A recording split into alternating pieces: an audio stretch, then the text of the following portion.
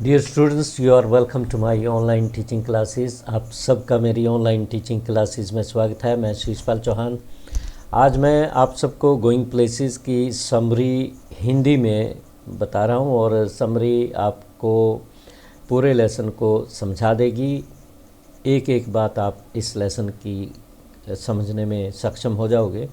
तो शुरू कर लेते हैं।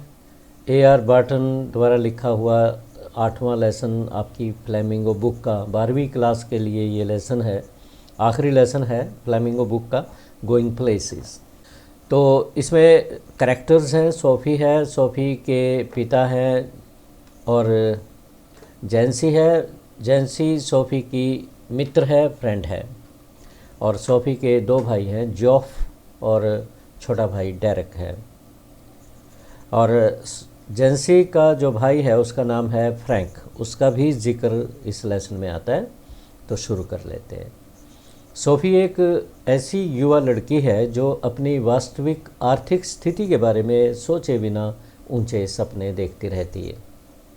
वह गरीब माता पिता के घर पैदा हुई थी और अभी भी स्कूल में है। वह एक बुटीक खोलने के बारे में सोचती है जिसके लिए बहुत सारे पैसे चाहिए होते हैं। उसकी दोस्त जैंसी उसे बताती है कि आवश्यक धन बचाने में काफ़ी समय लगेगा, लेकिन सोफ़ी का कहना है कि वह मैनेजर बनेगी, या वो कहती है मैनेजर बन जाऊंगी और पैसा कमाना शुरू कर लेगी। उसे बताया गया कि कोई भी उसे आसानी से मैनेजर नहीं बनाएगा।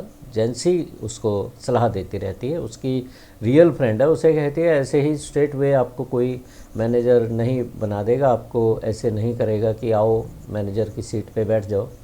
लेकिन सोफ़ी का कहना है कि वह मैनेजर बनेगी और पैसा कमाना शुरू करेगी। और वह यह कहकर तर्क का खंडन करती है जब जैंसी ने उसे कहा कि कोई भी आपको ऐसे ही मैनेजर नहीं बना देगा। तो सोफ़ी इस तर्क का खंडन करती है कि वह एक अभिनेत्री बन जाएगी, एक्ट्रेस बन जाएगी। चूँकि एक अभिनेत्री को पूरे समय काम नहीं करना पड़ता है, तो इसलिए साथ साथ वो बुटीक भी खोल लेगी। वह फैशन डिज़ाइनर बनने के बारे में भी सोच रही है और एक स्पोर्ट्स स्टार डैनी केजी से अपनी मुलाकात की एक मनगढ़ंत कहानी घटती है। इससे भी उसे बाद में निराशा होती है क्योंकि वो अनरियल वर्ल्ड में रहती है, फैंटेसी में रहती है, जीवन को फैंटेसाइज करती है। और उसके कंट्रास्ट में उसकी सहेली जैंसी रियलिज्म में बिलीव करती है, रियलिटी में रहती है। तो अगर इस नज़रिए से देखा जाए, ये लेसन एडोलसेंट फैंटेसाइजिंग के बारे में है कि किस तरह से एडोलसेंट पीरियड में बॉयज़ और गर्ल्स हीरो वर्शिप करते हैं और एक अलग सी दुनिया होती है जो यथार्थ मीन्स रियलिटी से बहुत दूर होती है। इस प्रकार हम देखते हैं कि सोफ़ी के पास व्यवहारिक ज्ञान नहीं है, जिसे वर्ल्डली नॉलेज कहते हैं। वह उन कल्पनाओं में विश्वास करती है जो कुछ सीमाओं के कारण सच नहीं हो सकती। यही कारण है कि उसे जीवन में हताशा और निराशा का सामना करना पड़ता है। अब हम सोफ़ी और जैंसी के बीच में जो अंतर है, कंट्रास्ट है, उसको बता रहे हैं। दोनों किरदार बहुत अलग हैं, बहुत the characters are poles apart. हालांकि दोनों एक साथ स्कूल जाते हैं और एक साथ ही स्कूल से वापस आते हैं। हम यह भी जानते हैं कि सोफ़ी स्वप्न दृष्टा है, मीन्स ड्रीमर है। उसने एक अभिनेत्री, फैशन डिज़ाइनर, मैनेजर या बुटीक की मालिक बनने का सपना देखा है। उसके सपने अव्यवहारिक हैं, इम्प्रैक्टिकेबल हैं, क्योंकि वह एक निम्न मध्यम वर्गीय परिवार से ताल्लुक़ रखती है। दूसरी ओर जैंसी एक यथार्थवादी है। वह जानती है कि उसे और उसकी सहेली को बिस्कुट फैक्ट्री में काम ही मिल सकता है। सिर्फ उसको काम मिलेगा तो एक बिस्कुट फैक्ट्री में या किसी अन्य फैक्ट्री में पैकिंग का काम मिल सकता है। और जैंसी एक समझदार और विवेकशील लड़की है, इसलिए वह सोफ़ी को डिस्करेज करती रहती है। उसकी कमज़ोरियाँ, उसकी कमियाँ उसे गिनवाती रहती है कि ये मत करो, वो मत करो। जैंसी वास्तव में कहानी में तर्क की आवाज़ है। यह वह है जो सोफ़ी को अपने जीवन में बड़ी चीज़ों के सपने ना देखने की चेतावनी देती रहती है। वह उसे व्यवहारिक होने के लिए कहती रहती है, अपने घर की ख़राब हालत की याद दिलाती रहती है। वह सब उसकी बुद्धिमत्ता के कारण है कि वह एक निम्न मध्य वर्गीय परिवार के सदस्य के रूप में अपनी सीमाएं जानती है और कभी भी उन्हें पार करने का प्रयत्न नहीं करती। सोफ़ी अंत में केवल इसलिए निराश होती है क्योंकि वह जेंसी की बात नहीं मानती। सोफ़ी के पिता भी उसके मन की बात अच्छी तरह पढ़ लेते हैं। मीन्स सोफ़ी के पिता डीप इंसाइट रखते हैं जो करैक्टर्स को अच्छे से पढ़ने में समझने में मदद करती है। इसलिए वह समय समय पर उसे डांटते रहते हैं कि ऐसी कहानियाँ ना बनाए क्योंकि इससे उन्हें परेशानी हो सकती है। सोफ़ी के पिता के बारे में कुछ जान लेते हैं।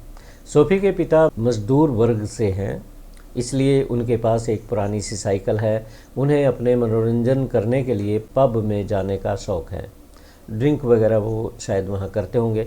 उन्हें फ़ुटबॉल मैच देखने का भी शौक़ है। वह स्पोर्ट्स स्टार डैनी केजी की अत्यधिक प्रशंसा करते हैं और उनके पास गहरी अंतर्दृष्टि भी है। Means he has deep insight. वह अपनी बेटी के स्वभाव को समझते हैं और अक्सर मनगढ़ंत कहानियाँ वो जो घटती रहती है उसके बारे में उसे चेतावनी देते रहते हैं, वार्न करते रहते हैं कि इस तरह की मनगढ़ंत कहानियाँ उसे परेशानी में डाल देंगी। जब सोफ़ी की डैनी केजी से मुलाकात के बारे में पता चलता है तो उन्हें बिल्कुल विश्वास नहीं होता और वो ना विश्वास करना चाहते हैं। सोफ़ी के बारे में उनकी गणना सच साबित होती है। एक दिन जब सोफ़ी डैनी केजी से मिलने की अपनी कहानी दोहराती है तो वह अपना नियंत्रण खो देते हैं। वह गुस्से में टिप्पणी करते हैं, यह आपकी एक और बेतुकी कहानी है। वह अपनी बेटी को चेतावनी देना चाहते हैं कि एक दिन उसे अपनी नकली कहानियों के कारण बहुत निराशा मिलने जा रही है। Sophie as a dreamer. Sophie एक स्वप्न देखने वाली लड़की के रूप में डिस्कशन कर लेते हैं। सोफ़ी स्वप्न दृष्टा है, means she is a dreamer. उसने एक अभिनेत्री, फैशन डिज़ाइनर, मैनेजर या बुटीक के मालकिन बनने का सपना देखा है। उसके सपने अव्यवहारिक होते हैं, इम्प्रैक्टिकेबल होते हैं क्योंकि वह एक गरीब मध्यम वर्गीय परिवार से ताल्लुक़ रखती है। दूसरी ओर जेंसी एक यथार्थवादी लड़की है। वह जानती है कि उसे और उसकी सहेली को बिस्कुट फैक्ट्री में काम करना बिल्कुल निश्चित है। वह समझदार है, बहुत समझदार है। इसलिए वह अपनी फ्रेंड सोफ़ी को डिस्करेज करती रहती है कि वो गलत काम न करे। सोफ़ी असल में डैनी केजी से कभी नहीं मिली थी। वह ड्रीमर है। डैनी केजी की मुलाकात की कहानी उसके द्वारा घड़ी गई अनोखी कहानियों में से एक है और यह पूरी तरह से मनगढ़ंत बनाया हुआ किस्सा है। सोफ़ी नाम और प्रसिद्धि से भरी दुनिया का सपना देखती है। उसके सपनों में कोई सीमा नहीं है। वह एक बुटीक शॉप खरीदना चाहती है या खोलना चाहती है। उनके पास अन्य विकल्प भी थे और वे थे फैशन डिज़ाइनर का, एक अभिनेत्री बनने का या एक बैंक के मैनेजर बनने का। वह एक महान फुटबॉल खिलाड़ी डैनी केजी से मिलने का भी सपना देखती है। सोफ़ी और जेंसी ने क्या बनने का निश्चय किया इसके बारे में। सोफ़ी और जेंसी को स्कूल उनके भाग्य में सिर्फ एक बिस्कुट फैक्ट्री में ही काम करना लिखा हुआ है। ये दोनों निम्न मध्यम वर्गीय परिवारों से है जहाँ पर घर चलाना परिवार के मुखिया के लिए एक तरह की अग्नि परीक्षा होती है। जेंसी द वॉइस ऑफ रीज़न, इस तरह से भी क्वेश्चन आ सकता है जिसमें आपको जेंसी को एक वॉइस ऑफ रीज़न के रूप में साबित करना होगा। जेंसी वास्तव में कहानी में तर्क की आवाज़ है, रीजनिंग की आवाज़ है। यह वह है जो सोफ़ी को अपने जीवन में बड़ी चीज़ों के सपने ना देखने की चेतावनी देती रहती है। वह उसे व्यवहारिक होने के लिए कहती हैं।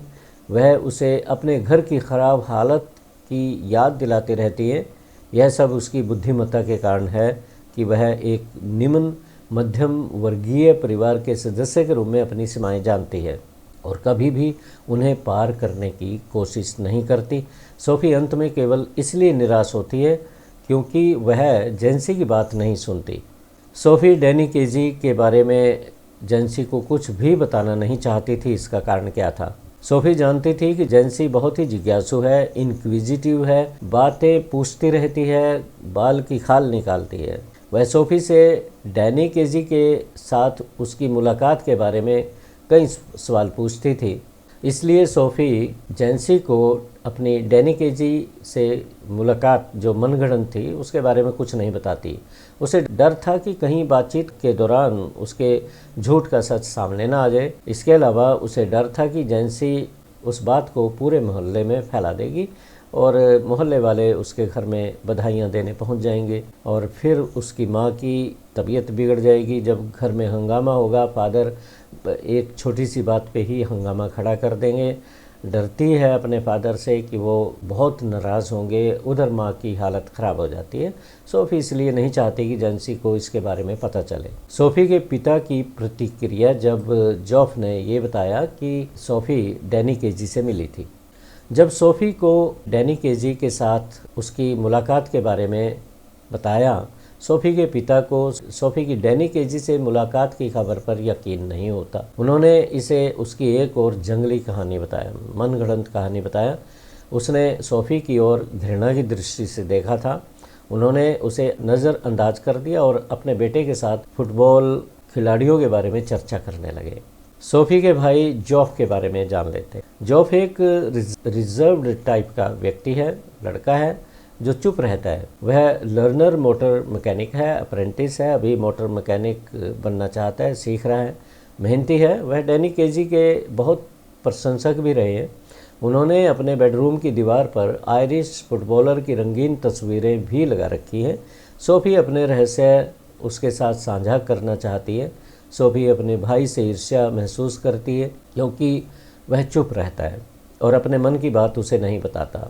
उसके मुख्य दो कारण हैं। सबसे पहले वह जानती है कि उसने बहुत सी जगह देखी हैं। उसके भाई ने शहर की बहुत सी प्लेसेस को देखा है। दूसरा, वह उसे उन जगहों के बारे में कभी नहीं बताता। वह चुप रहता है, इसलिए उसे अपने भाई की चुप्पी से भी जलन महसूस होती है। वह किसी भी अन्य व्यक्ति की तुलना में अपने भाई जॉफ को अधिक पसंद करती है। वह अपने रहस्य अपने भाई से शेयर करना भी चाहती है और उसके रहस्यों के बारे में भी जानना चाहती है।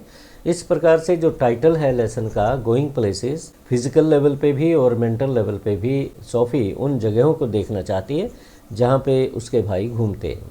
और प्लेसेस का मतलब रहस्य भी हो सकते हैं, सीक्रेसी जो उसके भाई के दिमाग में चलती हैं, जो बातें उसकी सीक्रेट हैं उनके बारे में भी जानना चाहती हैं।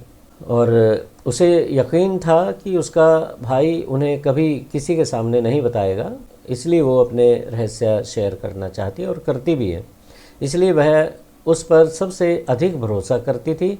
वह अपने भाई जॉफ के साथ उसकी बाइक पर उन जगहों पर जाने की भी कल्पना करती है जगहों को उसने कभी नहीं देखा था और उसका भाई उसके लिए विश्वास का प्रतीक है। जॉफ ने सोफ़ी से वादा किया था कि वह अपनी बहन की गोपनीयता के बारे में, सीक्रेसी के बारे में किसी को नहीं बताएगा। जॉफ ने सोफ़ी की बात को गुप्त रखने का अपना वादा नहीं निभाया। हमें इस बारे में तब पता चला जब जैंसी ने सोफ़ी से उसके डैनी केजी से मुलाकात के बारे में पूछा और उसने सोफ़ी को यह भी बताया कि जॉफ ने उसके भाई फ्रैंक को इसके बारे में बताया था। निम्नलिखित वाक्य साबित करता है कि सोफ़ी का मानना था कि जॉफ ने अपना वादा नहीं निभाया। वो कहती है, धिक्कार है जॉफ को, damn that Joff, this was a Joff thing not a Jancy's thing. ये सारी करतूत जॉफ की है, ये जैंसी की सीआईडी नहीं है। जैंसी को स्वयं पता नहीं लगा, बल्कि जॉफ ने उसे उसके भाई को बताया और तब उससे पता लगा। सोफ़ी डैनी केजी से मिलने जाती,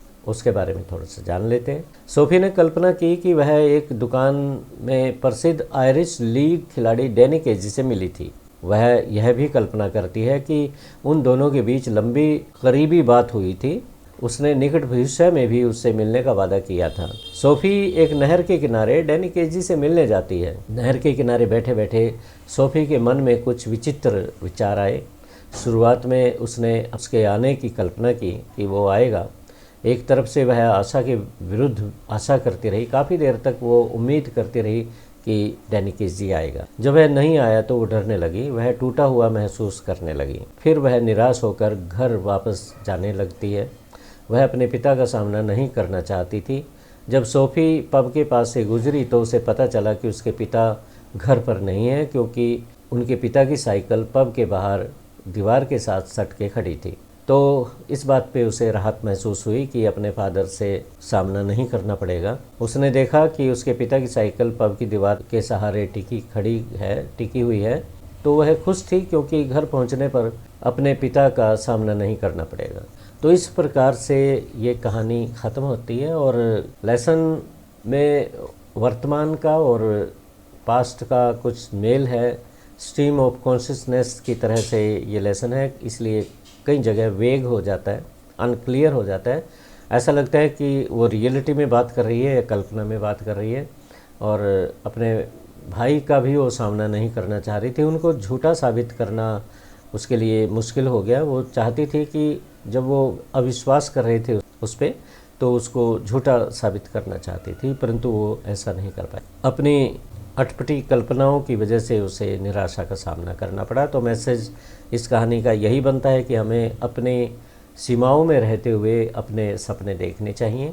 सबसे बड़ी आर्थिक सीमा होती है। आर्थिक स्थिति अगर कमज़ोर हो तो सपने इतने बड़े लीजिए जो पूरे हो सकें। अधिक सीमा लागने से निराशा मिलेगी। मुझे पूरी उम्मीद है कि बच्चों आपको ये लेसन समझ आ गया होगा। Thank you very much.